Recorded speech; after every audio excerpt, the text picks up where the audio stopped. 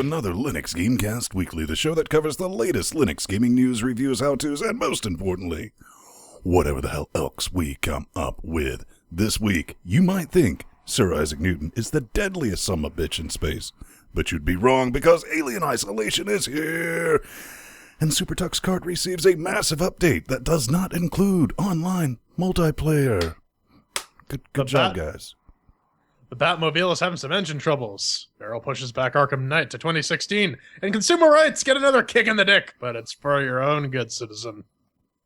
Valve brews another beta. It's mostly updating the basic stuff, and Stainless releases yet another Carmageddon update. This time, they don't even acknowledge Linux.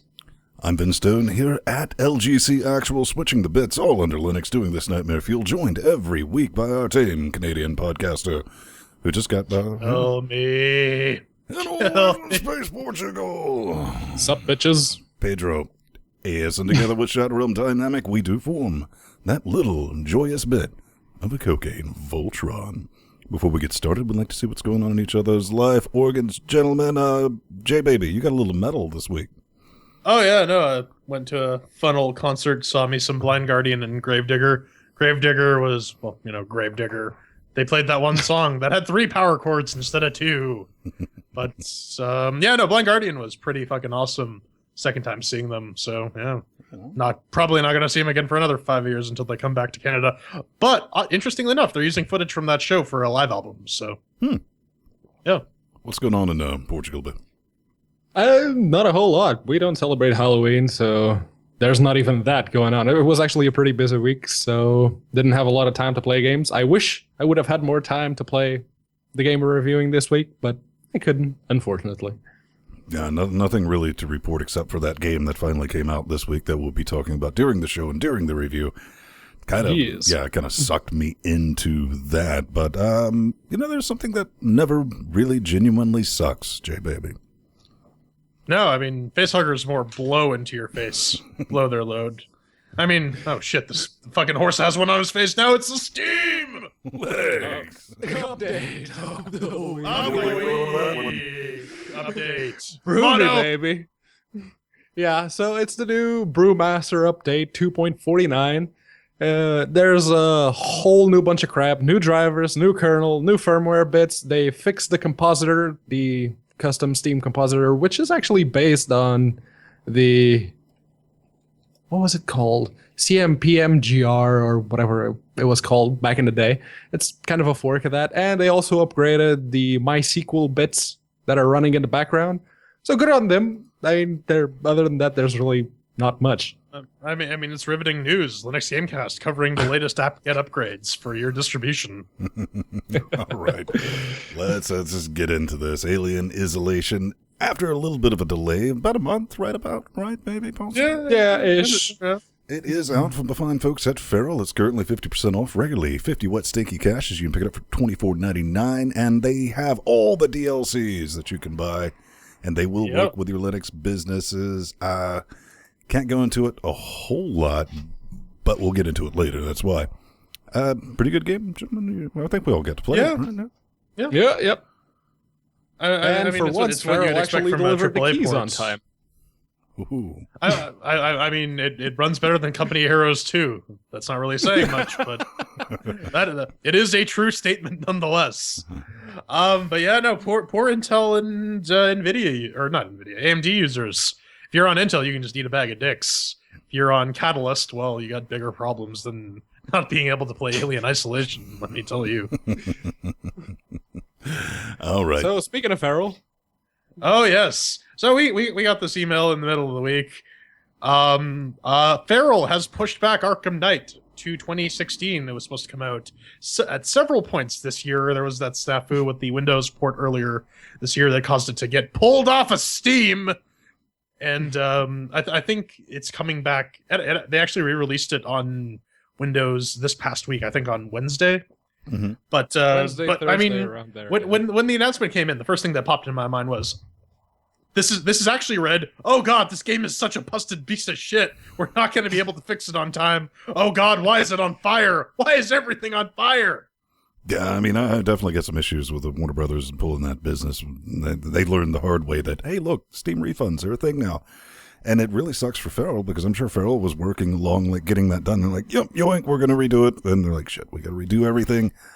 But yeah, gentlemen, we are looking at like a minimum, like a 5 months to get this business.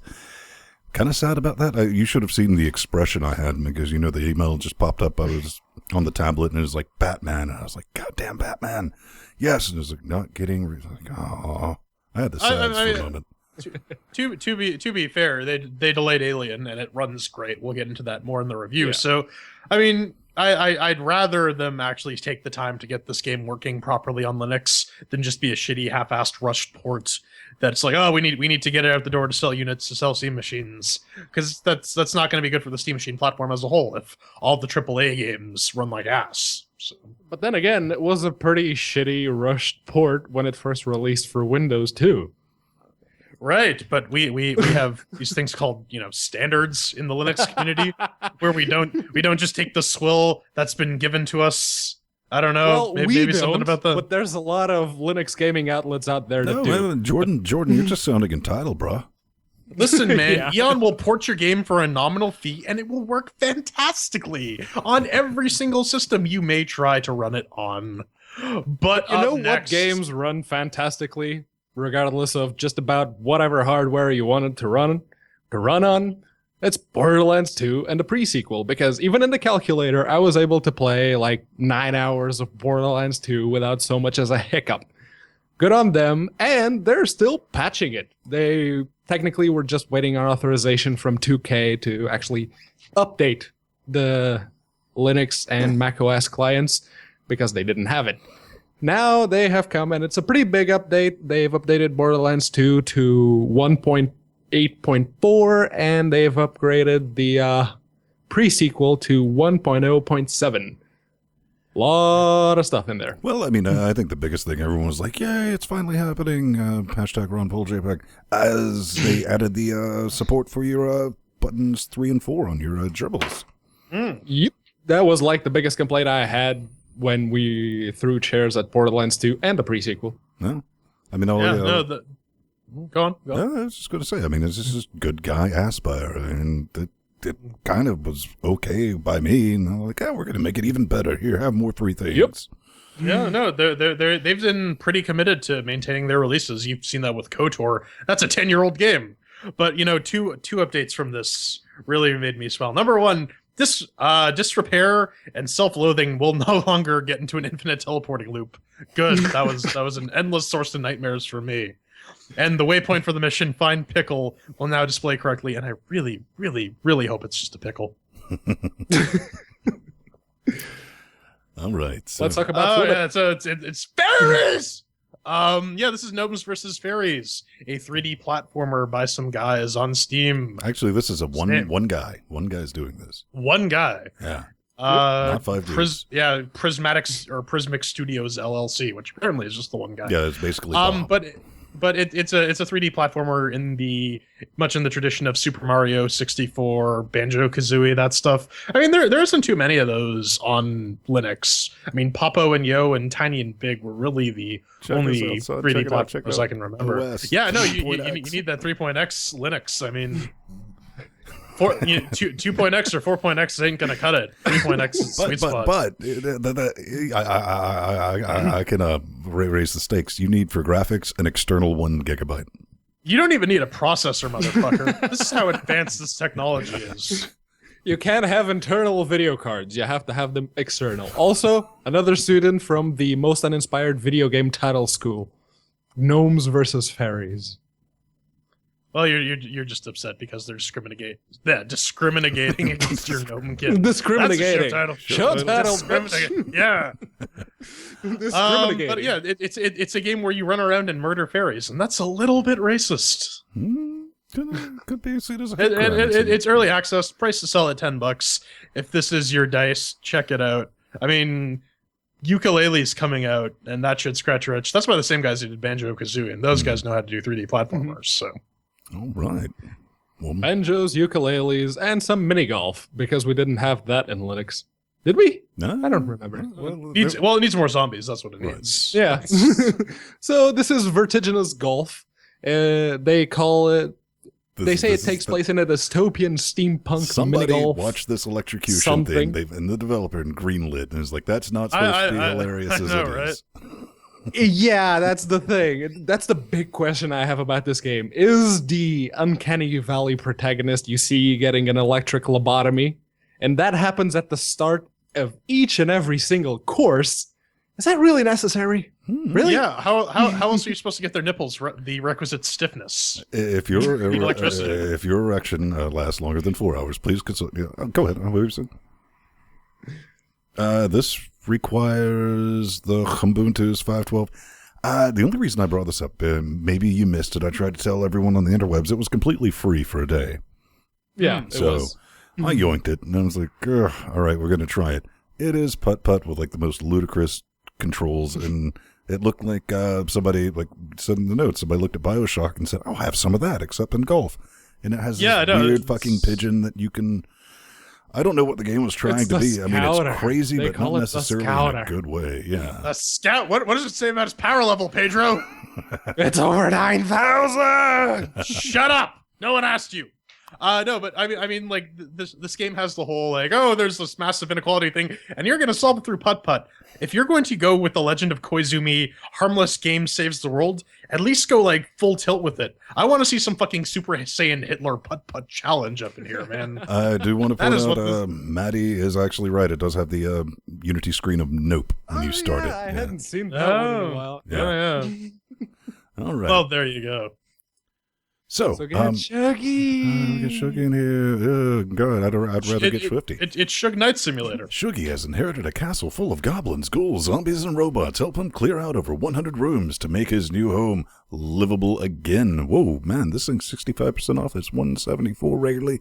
5 wet, stinky caches. The Linux version is available. And if we go down here and we take a look at uses the ever-elusive glib 2.15. Oh, hey, it's a Flibbit port. Yeah.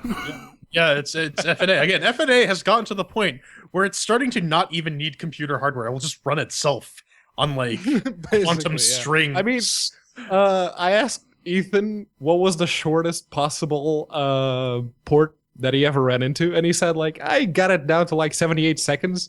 Haven't tried going for the sub 60 yet, but I'll get there. Oh, so there you have it. Yeah, the developer, he's all over the place because Pedro was like, here, got some keys.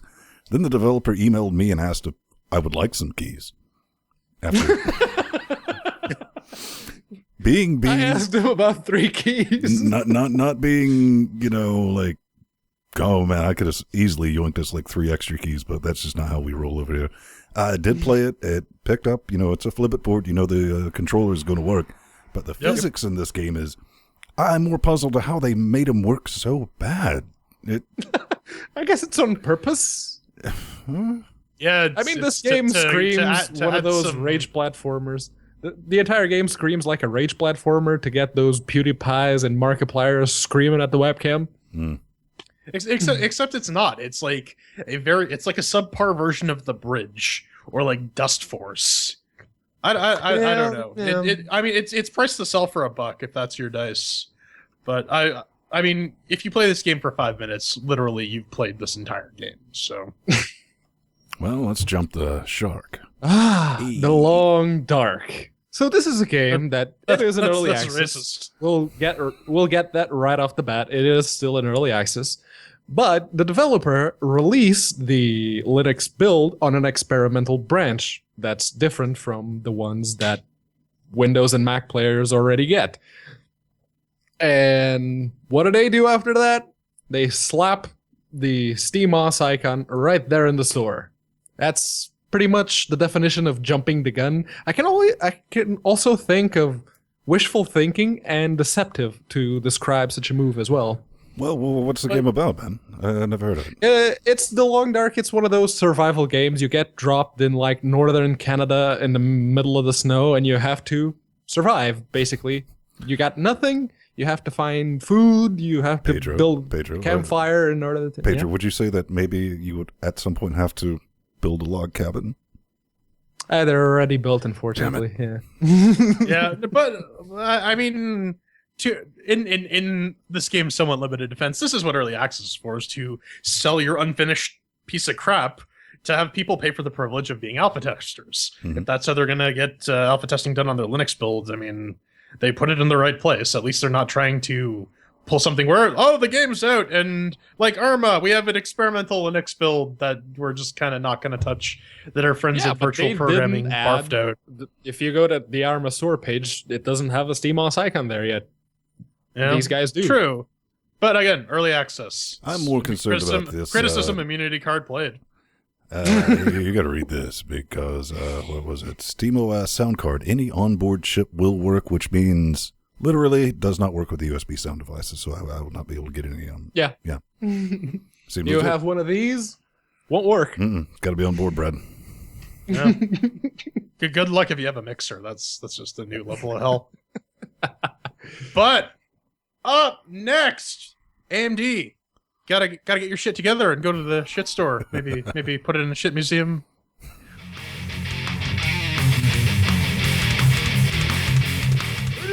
Boys and girls, it's the news. And as usual, we start the news off with some drivers. But this time around, they're not Linux drivers exactly. These are the Windows. They're the new Windows drivers that supposedly AMD will be releasing. Of course, this comes from WCCF Tech, so it's just rumor mill at this point. They're supposedly going to release a new special edition driver like they did the Omega Catalyst last year at around November. So they've heard some buzzes and some whispers to suggest that AMD is doing it again this year. And that may be a good thing for Windows users. What that means to Linux, fuck all if we know. Well, I mean, you got to kind of look at this, man. I mean, first of all, I mean, if you're going to be installing any type of AMD drivers, you got to go ahead and install the GIMP help common, because that's actually a fucking requirement to install the Catalyst. It just crashes. Last year, they came out with the Super OmegaCon Chromie drivers for the Linuxes, too, which, in all fairness, did make the R290s usable-ish. So, get your shit together, AMD, man. We want some competition. We want to be able to say, hey, man, that's kind of on par with NVIDIA. Then NVIDIA would have to step up their game. But on Linux right now, NVIDIA lower their prices. Right. Yeah. There's a great line in this article, though. Since there's pretty much no disparity between GeForce and Catalyst drivers. really, I want to know where these special Catalyst drivers are that apparently go toe-to-toe with the NVIDIA ones. I want to try them on the Linux. Yeah, try them on Linux. Can't list. Right. But like Pedro said, they're for Windows only. We may get a Linux equivalent of them, but I wonder if it'll support a newer kernel than what Debian Stable is shipping. But speaking of busted ass games, the Librarian of Congress, David S. Mao, you know his name now. He's the current acting one ever since their last guy stepped down. Has done their periodic hearing for the DMCA to determine some reasonable exemptions for the anti-circumvention, I guess, legalese in there. And now they've gone back on a couple things. You can now jailbreak tablets. The big gaming thing related now is you can reverse engineer authentication servers for games. So say you remember the Sims on Windows from not the Sims, it was SimCity on Windows from a couple years back that required an authentication server, but really it didn't if you just commented that out on the INI file. Under the previous interpretation of the DMCA, you can get sued for that. Now, not so much. But I mean, one of the big things that the EFF was fighting for was the ability to reverse engineer actual game servers. So say if you have an MMO like EverQuest or Ragnarok Online or City of Heroes, you're not allowed to go reverse engineer the server software, which is a big problem because a lot of these MMOs actually develop really huge fan bases over the course of their life. Then the company shuts them down. Not EVE Online. City of Heroes is one. Star Wars Galaxies, Tabula Rasa. Yeah, the Matrix Online. All had their fan bases. I mean, they weren't as huge as, say, WoW or EverQuest, but they were still there. And a lot of these guys still want to play their games. Under the current laws, you cannot do that under any stretch. Part of the reason why Ragnarok Online is still played today, it was a game released in like 2003, is the fact that people ran their own servers, and Ragnarok was fine with it. So... It's the same reason that Neverwinter Nights still gets played online by an average of 100,000 people every single day. And a couple of things they threw in there, which kind of irritates me, is if you have the consoles, the old outdated, but this is good for reverse engineering and making emulators because, hey, they're fun to play on your computer. You still can't do that, Brad. You can't do that at all. That still makes it illegal. Unless you're the Library of Congress, then it's legal. I shit you not. That's it. But it's the start. Here's the weird thing, though, is that we have consoles on the market right now that are nothing more than glorified tablets. So where is that line drawn as everything becomes more and more just a general purpose computer that they run specialized software on to perform a task? Where do you draw the line? Your NVIDIA Shield console is really just an Android tablet without a screen. The line is drawn with your wherever Nintendo, Sony, or Microsoft have the money to pay for lawyers to go as far as they want them to. That's where the line is drawn. Yeah, true, but I mean, if you're drafting legislature about it, it should at least be consistent and sane on the information policy in the United States. This is U.S. law we're talking about. Tell me more about consistency. There is no such thing. But it's time for a bit of apocalypse. It's Ookie Spooky Halloween Day. A paradox. So we got some Ookie Spooky news. Paradox, the guys behind Pillars of Eternity, City Skyline, and what have you, have acquired the license to Vampire the Masquerade, the White Wolf, or actually the whole White Wolf World of Darkness property from CCP, who you might know from EVE Online. So, this is some interesting developments for a couple of reasons. Number one, CCP has been sitting on this property for a while. Number two, you've had games like Pillars of Eternity, Shadowrun Returns, and to a lesser extent, Sword Coast Legends, indicating that there is a market for games based on tabletop properties, and Vampire the Masquerade is a fairly large one. So the fact that someone was basically sitting on that property and doing nothing, it's kind of throwing money away. So OPP? Brain Paradox. Oh. Paradox is going to be making some World of Darkness games. It's going to be kind of interesting because the only thing I know about Vampire the Masquerade is everyone's pissed off that they've not done anything with the IP with that, and it was like, we want a new one, and maybe that's going to be a thing. But it is Paradox, so every like new clan will be its own 10 What Stinky DLC. That's definitely going to be a thing. But true. At least it'll be on Linux, though. Yeah, they got a good thing. Hopefully, because I very much like to play Vampire the Masquerade back in the day. And native Linux version, I would play the shit out of that again. That'd be amazing. Now, here's an interesting point. You might remember we talked about this this was like last year. There's some fan-made remake of Vampire the Masquerade done in Unity that CCP shut down. I wonder if Paradox is going to be a little more lenient when it comes to fan works regarding the properties, or regarding properties that they hold the IP for. I mean, Vampire the Masquerade Bloodlines has a huge following. Lots of people want to play that game, and it's a bit hard to get running these days, especially if you don't run one of those Windows-based operating systems. So... now we'll see, man. Yeah. But it's finally here. Supertuxkart Z91 is released. It's amazing. Tons of new features that do not include online multiplayer, and that's all I fucking care about. God damn it. Oh, yeah. What's wrong with you people? They've actually cleaned up the classroom level, and it finally got its update that kind of looks like an SS Seagull up there. Kind of snuck that in, didn't you? There's a guy on a beach. You have old children. And, it's time for your concentration. It's not a metal eagle. As little as makes no difference, Princess Peach on her quad. Yeah, that's totally Zero Suit Samus. I also like the half-naked child in the screenshot. In the default T-pose, yeah. It's definitely a thing. Surprised to sell. It's completely open source. These guys, I mean, we can even forgive them for being French. It's awesome game, awesome product, but I'm bored to tears with it because it is local. I don't even think they have land support. They're thinking about working, because it seems like every 6 months they're like, we're going to work on it, but it never really comes to fruition. I don't know, because these guys get summer of code funding every year. So Google is giving them money to develop this program. Is it just no one has volunteered to write the net code? I think just based on the fact that it's a volunteer project, that might very well be it. One of the weird things I noticed in this update is they finally added scripting. Like you can design your tracks via Angel script. But what I want to know is why not just use Lua like the rest of the goddamn world? No, to go back to the LAN support, they are currently working towards a release with release first with a LAN only support, followed by WAN support later on. Good old Supertuxkart over frame relay. We'll definitely receive. I mean, if you're of my vintage and tell people to get off your lawns, you remember like the original Supertuxkart was fugly. I mean, even for a Linux game, they've made it look really good. I mean, I like how it looks. I like how it plays. It's just I don't like playing against their busted, cheating-ass AI. Cheating-ass AI. That will actually slow down later on the track to let you catch up to give you a chance. So that's their excuse to say that they don't cheat. But you know who's cheating on their Kickstarter promises? Never heard of them. Lots of people.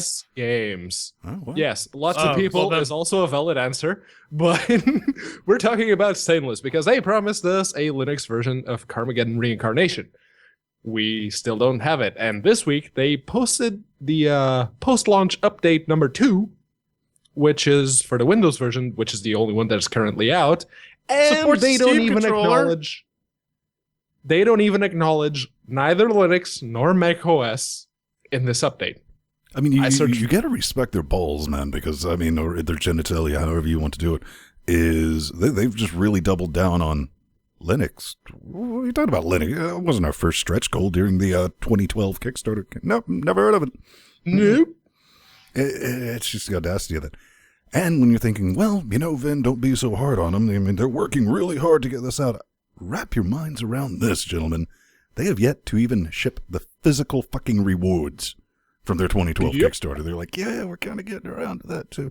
I do have a standing offer from Mr. Mango-san. If we're ever visiting the Isle of Wight, we're going to go see if we can tour the studio, if you know what I'm saying.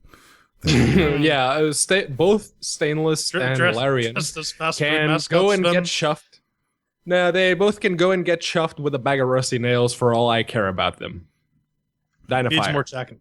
Needs more jack in the box. But speaking of jacking... Double tap.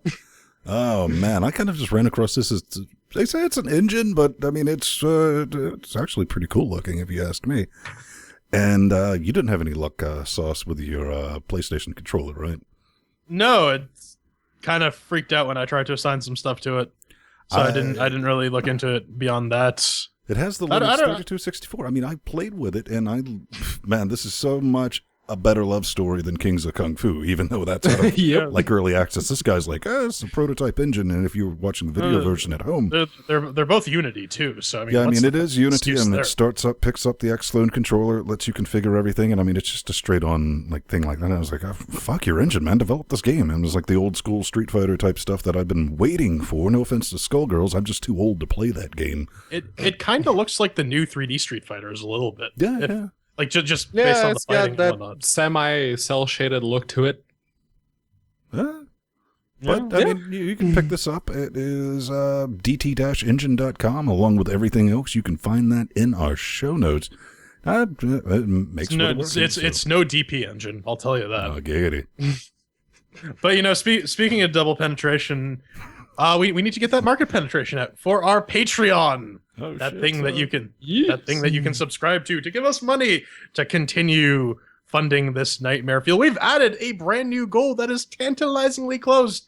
Left 4 Brad 2, which means that if we get it to $135 per train wreck, we'll take someone out of the Super Squad every week and play some Left 4 Dead 2 with it, record it, and it's going to be good fun. Post it up for our Patreons, and it'll be available for you general viewers about a week or so later, depending on when Ven remembers to post the damn thing. So, that's some cool stuff. We got some new Patreons as well. Tell us about them, Ben. I'm not saying I don't have that information directly in front of me right now, but I have that information directly I know, right? Wait to insult Frazo, Matt, and Steve, dude. This is bad form. Come on. I like I Matt's say as I'm avatar buying picture, time though. to scroll up to the list of names. Matt's avatar picture looks pretty neat. He's got a bit of a hood with some LEDs coming from the neck area. That looks nice. Yeah. Good on you. So it's a cyberpunk neckbeard. Awesome. Okay, Kinda. so we got Yeah. a couple of people. We got Frezzo. Is it just Frezzo? I know I'm butchering it. Frezzo. Send us your hate mail. Frezzo. It's strawberry. Yeah, Matt's rocking in, and fuck mothering Steve has joined the team of LinuxGameCast Weekly, and that's brilliant. We like to thank you for that. I mean, even if it's 5 cents a show, $1 a show, anything helps get those numbers up there so we can continue doing awesome, batshit crazy things and making my life miserable during the week while I'm trying to organize this and render everything out. We love you. It's brilliant. All right. But you know what kind of crazy batshit stuff we're doing now? We're gonna review Alien Isolation. Stay tuned.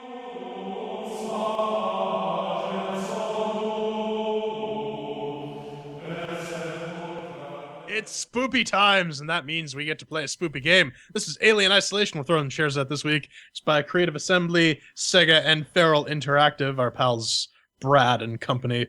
It's an in-house engine with no public name because it felt good to get out of the rain. Ported by the Feral guys to run fairly well, in my opinion. It retails for $50. You can pick it up on sale for $25 currently, but that's not going to last for too long. It's probably going to be that price maybe a day or two after the show comes out. But what is it? Discover the true meaning of fear in Alien Isolation, a survival horror set in the atmosphere of constant dread, mortal danger, and non-functioning vending machines. And, of course, mandatory U.S. disclosure. Feral sent us keys for this after a long wait. So, let's get on with the chairquisition. 1 chair means that it's garbage, 2 chairs means that it's meh, 3 chairs means that it's pretty good, 4 chairs means that it's amazeballs. Also got our categories to do, mixed with working, shiny sounds, controls, and fun, but this is old news. We want the new news. So, Ven, how does Alien Isolation make with the work? Oh, shizzle snap, son. Somebody learned how to AMD, bro, and that definitely was the fine folks at Feral. This is, wow. Admittedly, I was mortified when I first launched the game, and it launched in 720p with all the yellow swag sauce, like, cut down to minimum. I was like, here we go again. And, put it at 1080. Didn't try it at 4K. Just put it at 1080, cut everything up. It fucking ran beautifully, man. I mean, it's always hovering somewhere between, 50 and 70, sometimes even higher than that. I mean, it's a bit of brilliance. But here's something I do need to talk about. And by the way, this is on the octa-core 8150 NVIDIA 980 powered 4K display box of business. I can't ding at a chair for this, but I got to get this off my chest, Organ, there is 19 seconds of unskippable bullshit. This is not Feral's fault. Maybe a little bit. CinemaSins. Right. You can't get by it. You can't escape through it or anything like that. Maybe you can go in there and delete the actual movie files and nope that business. But yeah, my box starts in 7 seconds from cold boot. So yeah, that was kind of annoying. Can't ding at a chair for that. Really want to, but I'm not. So I'm going to give this business what it deserves because it is awesome with the 4 chairs. Oh man, those unskippable logos. And I've turned into Bigfoot again. It's extra spooky. But on the i7 6700K powered 32 gigabytes of RAM NVIDIA GTX 980 box of business at 4K, it maintains like over 60 frames a second consistently. I think maybe in one scene where there was a lot of shit going on, I saw it drop to like 57, but like on average it's 65. I think the peak I saw was maybe 80 at 4K, which is awesome. I mean, that is like super ultra playable frame rate at 4K on a single CPU with a single GPU. That's amazing. Good job, good job, Feral. Glad those delays actually meant something for chairs. Yeah, on my end with the FX 8370E overclocked at 4.2 gigahertz and the 3.5 gig GTX 970 Strix, I was surprised that the game ran so well. I mean, I am stuck at 1080p, but it ran really well. The lowest I ever saw the game get was like 52 FERPs, and one of those really heavy scenes, like lots of fire, lots of smoke. So good on Feral. They delayed the game, but they actually got it working.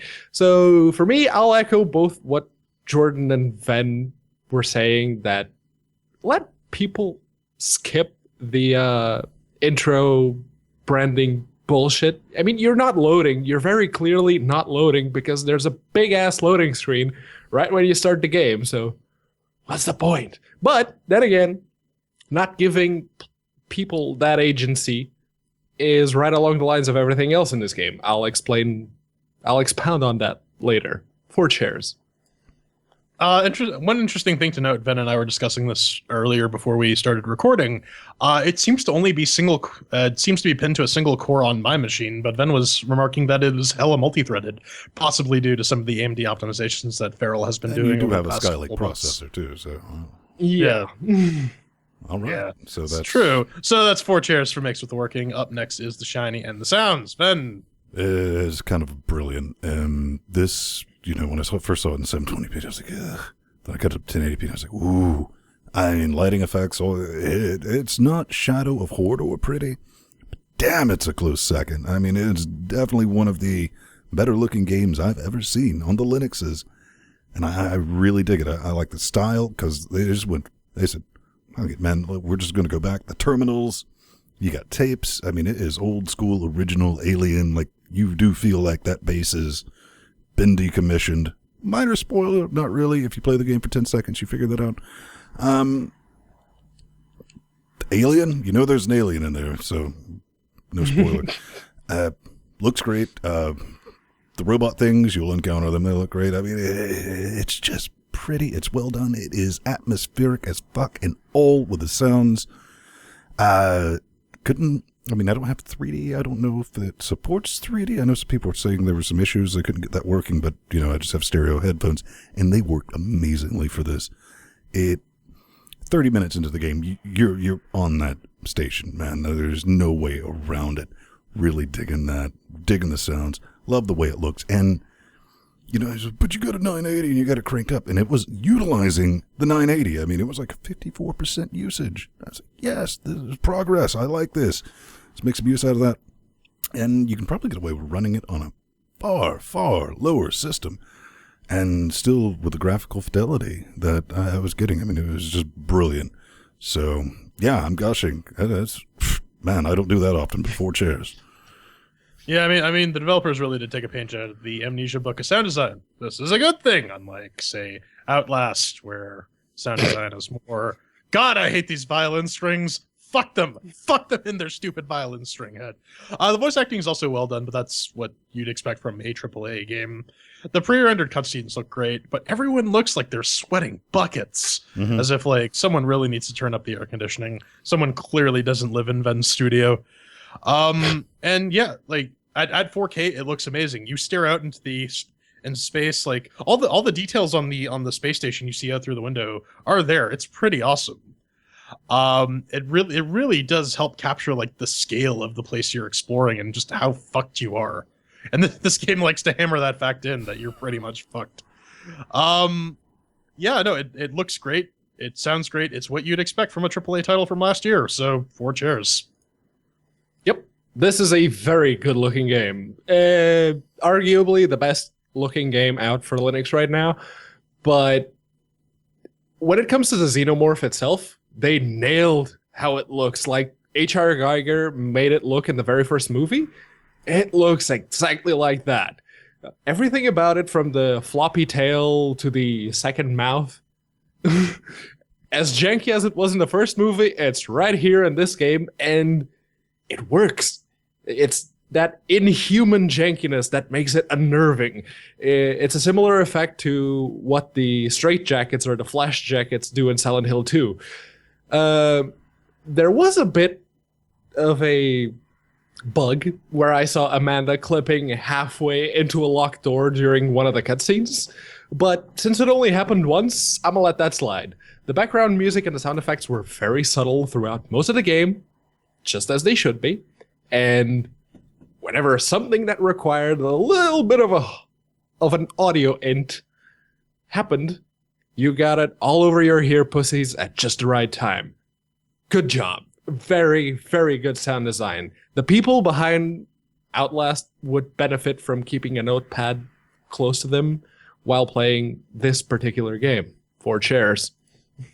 All right, so that's 4 chairs for Shiny and Sans. Up next is Control. Then, how'd you play this first-person shooter with your Xbox controller? Well, I mean, right off the get-go, it says press A to continue, and I was like, oh, look, I'm going to get the X-Clone controller, which this thing identifies as a Microsoft Xbox 360 controller. It says I hate Microsoft enough to I didn't want to give them any money directly, and we're all pretty sure this one fell off the back of the truck and just didn't get labeled.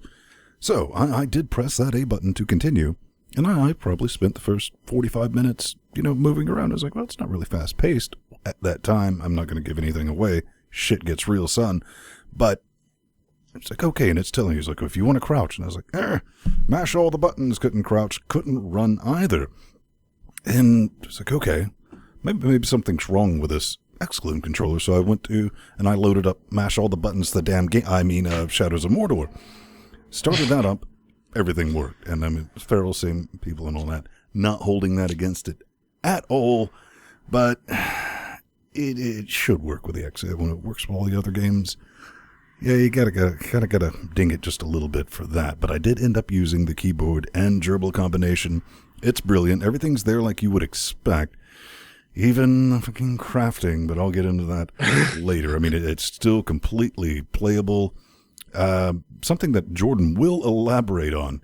You will peek around a corner exactly one time, then go, no, I think we're done with that. So, controls, absolutely 3 chairs on that. Got to ding at that one little chair just because out-of-the-box experience didn't happen, and that might affect you with your Steam boxes. I don't know. I tried it in big picture mode. Nothing seemed to resolve that issue. J-Baby. Yeah, so apparently Amanda Ripley and Derek Zoolander have some sort of distant relations, because after a specific degree, Amanda just can't turn left anymore. You can 360 by turning to the right, but turn left, God help you. It's those Zoolander genes, man. She needs to go to the academy for people who want to read good and do other stuff good too. One of the nice things about this game, and very few games actually do this, is if you fire up your wireless controller. I was using a DualShock 4. While the game is running, it will detect that, hey, there's a controller here. You want to use that instead of the keyboard and mouse? Yeah! So that was nice, as opposed to having to restart the game. I did not have the issues that Ben had with the crouching control. The L3 and R3 buttons worked fine with the DualShock. But even with this console-optimized interface, god damn, if in a game where you're supposed to conserve your resources and ammunition, how do you aim with this? I just don't know. Still, keyboard and mouse is entirely playable, although some of the key combinations get a little Emacs-ish. I mean, it's great that Feral was able to port their game entirely to eLisp, but hitting Control-Shift-Alt butterfly VX to peek around a corner is a mite excessive. I just gotta say. But keyboard and mouse, everything works fine. Not with the Xbox, with the PlayStation 4 controller. This game does the SDL2 thing where it just maps the button positions to the equivalent Xbox 360 button positions, but it still gives you the 360 prompts, which can get a little confusing when there's some button overlap between the PlayStation 4 and Xbox controller. Like the cross beyond that, and the X. Yeah, X and cross. Oh, that just fucking duh. But anyways, beyond that, beyond a couple of those issues, it controls fine, but still got to ding it a chair for the issues that it does have. 3 chairs. Yeah, so something about the gerbil movement doesn't feel right. You see, if you move left and right, it's fine. It's because you're holding it in the air, Pedro. What? No, it's because you're holding your gerbil in the air, and that's why it's not working. It's an example, then. I'm giving the video viewer I don't believe you. over our audio audience, Sure. as it were. Right, But yeah, left and right, the mouse movement is all right. When you go vertically to look up or down, something is wrong because it's slower. It's very, very slow. It's that's usually how it would work if you, say, were a console playing peasant and you were trying to play a first-person shooter with your controller and you were using the right analog stick to look up and down. Those are usually slower than looking left and right. That's how it works. If you're on your 5-year-old laptop hardware, it's probably a good thing too. That way the game doesn't have to render a whole lot of stuff or de-render it as it may be. So for me, it gets 3 chairs because the mouse movement is not very fluid. All right, well, that's 3 chairs for control. And finally, we have our fun section. Vin, did you enjoy your time playing Alien Isolation? I have weapons, and yes, using them will more often than not result in you getting killed to death, but I have them. I mean, Penumbra Overture got this business right. You know, you had that like semi-useless pickaxe, but it was there, and it made you feel a little better. That was like the one thing about Soma that kind of like killed the immersion, because I'm looking around all this stuff. It's like, I can make a weapon, Brad. This lets you. Crafting. And good thing, because it's a mothering time vampire of a game. Yeah, I sit down when we finished downloading, and I was like, let me give this a quick little 2 hours later. It's like, whoa, shit, we gotta put that down. That's cocaine. Also, I really dig how the game is all, oh, by the way, here's an alien. Mind it, but you got other shit to go take care of, too. I mean, it is very non-ceremoniously, no spoilers. Can't tell you exactly how that plays out, but you're like, oh, okay, that's a thing. And it's also a fun thing because Mr. Alien Pants, after the introduction, he'll just show the fuck up. He don't give a damn. It is the AI. I mean, you don't. Sometimes he'll be there. Sometimes you're not. Sometimes you're like, oh shit, run, and you hide and it'll disappear. Then you'll turn around. He's like, surprise alien, you. That's why. And you know that just keeps the shite exciting. And you know, I definitely knew I was swimming in the immersion sauce when I quietly was like whispering, "Fetch, motherfucker," while lobbing a flare to distract Mr. Alien Pants. And unfortunately, I kind of hit the hide from the annoying or just run or play Benny Hill with the annoying robot section. I'm like, oof. Okay, so this is going to be a thing. I was thinking maybe it was just going to be a thing. Oh, fuck, no, that's a mechanic, but I can't tell you a whole lot about it because Raisins, kind of disappointed with those androids because these are supposed to be like the old school flip the hell out murdery ones from the original Aliens. Yep. And that's maybe kind of expecting, I don't know, more question mark, but they're just kind of daft. There's not a whole lot to them. And there are the occasional glitches. Strider and Shatrealm, I think we both felt it at the same time. If you go to Shatrealm Static and look where we posted, I've called it Space Gun, where the revolver is just like hovering and you can't do anything with it.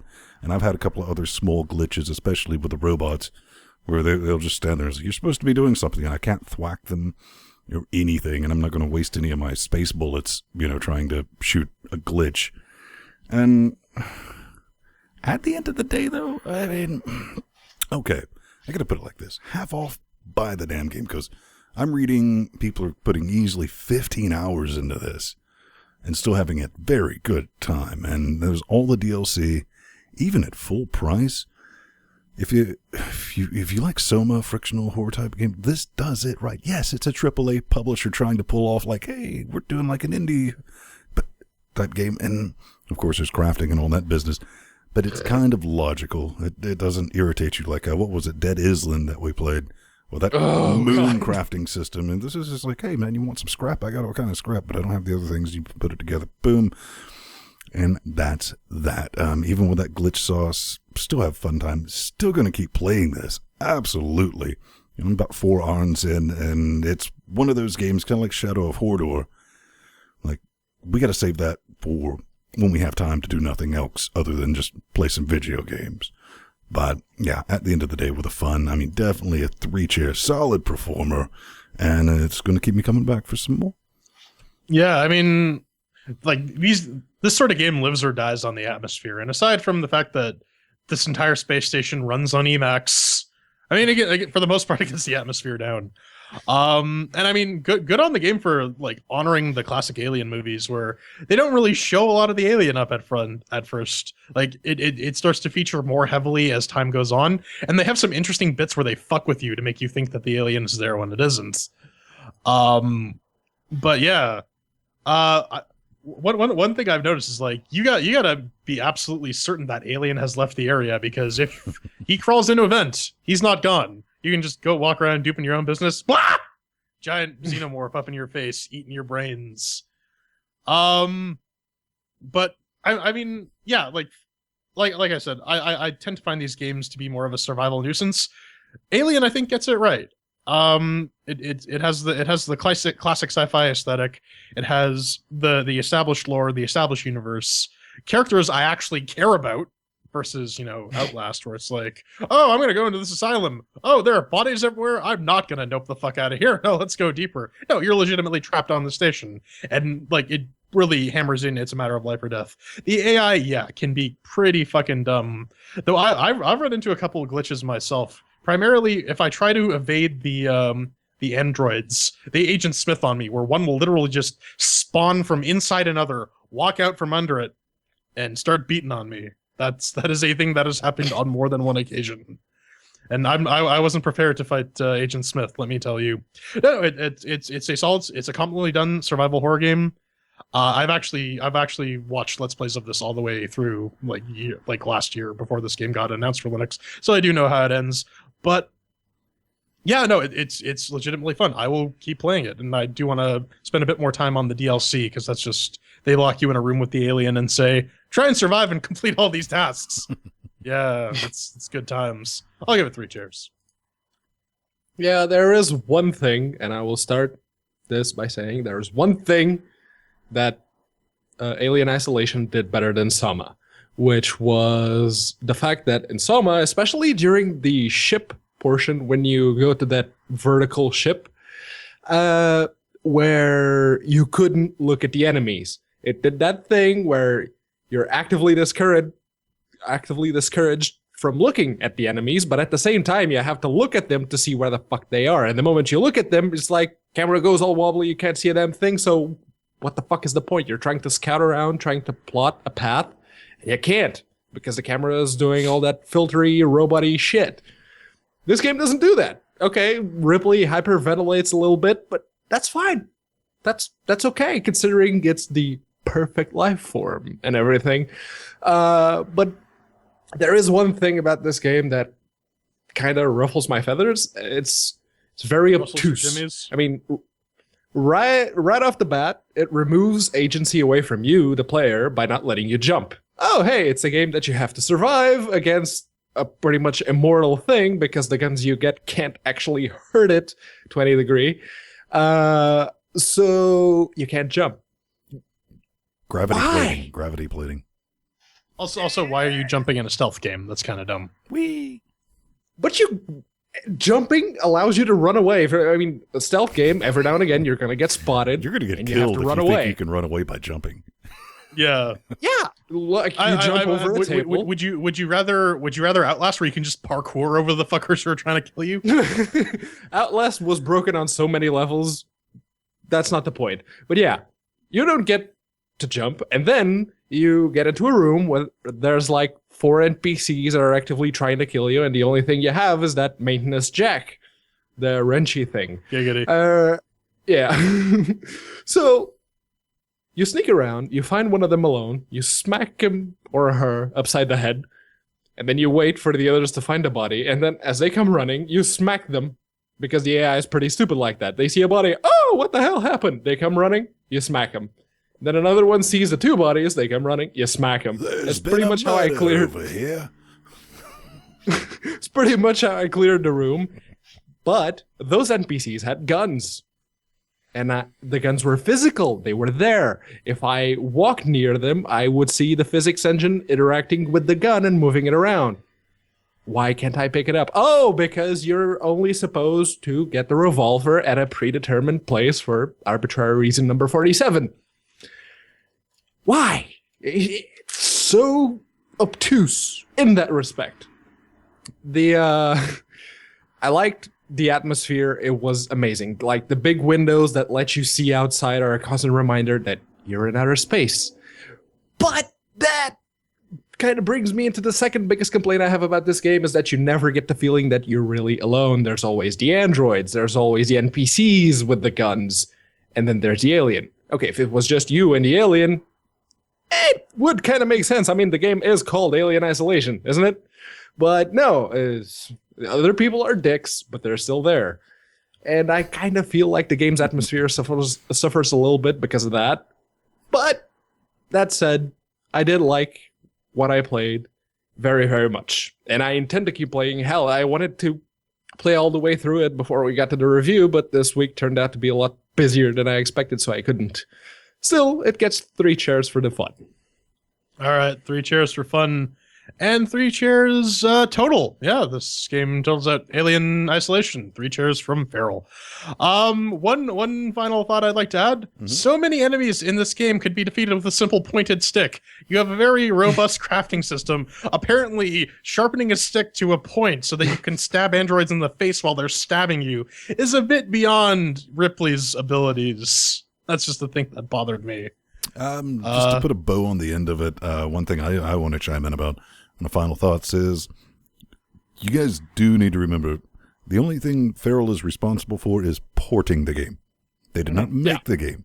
So when it comes down to, shiny and sounds, now that can be affected somewhere with the ports, but I mean, they're kind of stuck. I can imagine, I'm like, oh shit, we could fix that bug. And they're like, no, it could introduce other bugs and all that shit, from the actual engine. So they kind of got to be hands off. They did a fantastic job getting this up and running on AMD, octa-core AMD CPUs. Just really happy with it. Really fun game. So just keep that business in mind. Mm-hmm. Yeah, definitely. This is a very, very good survival horror game. You get the guns. They're not very useful against anything other than the androids. And even then, it takes 5 shots or 6 to the head before they drop. But the guns are there. They give you a sense of security, a false one at that. But when I first got the revolver, I'm thinking okay, so I'm in outer space. I have a gun. There's an alien and some people and some robots running around. This is Doom 3, 2014. No, it's not.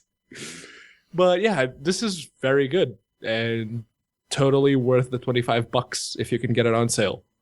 Just don't even think about it. I will say, though, as a final thought, it is a bit weird when Predator and Macho Man Randy Savage show up, but I'm sure Feral had nothing to do with that. Up next, we never look at your hate mail, ever. We don't have a section about it at all. We just ignore it. I see what you did there, Brad.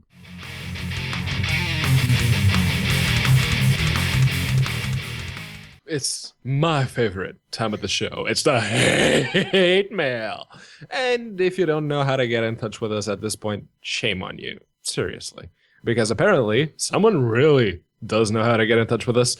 And the first one comes from Steven. He asks, I just watched your review on Sword Coast Legends, and I wanted to play me some Neverwinter Nights. Pedro mentioned the native Linux client, and I wanted to see if he could post a guide to get this working without the wine. I have found some guides, but they all require to have the DVD or the original CDs. I have purchased the Diamond Edition on GOG.com and just not sure how to get the Linux client going with it. Thanks. Yeah, so funny thing, I was typing down the how-to on how to get the Linux native version of Neverwinter Nights going. When I got up for a breather, came back, opened the show notes, and there it was. So, yeah, good timing. But yeah, you're not the first one to mention this. So I've actually typed it all down. I've reproduced it on my netbook. It worked for me. But yeah, it is a very old game. So when it's up, you'll probably have to sacrifice a goat to the sun gods. No, or I mean, a couple of different versions. We're definitely going to publish it. I mean, it's like 3 easy steps, man. Yeah, it's like 3 easy steps. Yum install Lutris and click on install Neverwinter Nights. And the second one, it's all about Brad. Oh yes. I don't know. Ben, you want to take it? I'll go ahead and take it. This is from Ryan. Brad, I'm a recent listener of Gaming and Linux podcast. Yours is one of the few that gives me the best of both. Yes, English, then. I have been listening to the audio version for about 2 months and find LinuxGameCast to the most entertaining podcast out of the 10 or so I download. Love the humor and personal opinions on thing I am interested in. But I hate it when I do not know the source of a commonly used reference in programs I watch or listen to. I love and get only references to a certain show involving bird culture and dick moves. What I really would like to know about is this quote-unquote Brad, you use it as a dartboard to hurl your grievances at. Could you please elaborate at least a little bit on this reference? ? Google was no help. Look here, Brad. Since you're new to this particular kind of train wreck, I'm gonna let that one slide, but let this be the first and last time you question Brad. Brad? Brad? Listen, Brad. The transformation has been complete. For when you question Brad, you become Brad. You must embrace the Brad. Brad is love. Brad is life. The only thing I read in that hate mail, Brad, was how many times can you use Brad in one show, Brad? Well, you just found out. Well, you just Brad out. Brad. No. Kind of surprised you didn't catch this. Then again, some people won't. It was a flubbed line in one of the best movies ever made called Pulp Fiction. You remember when Jules is about to nope Brett, but Brett says something. He asks him some question.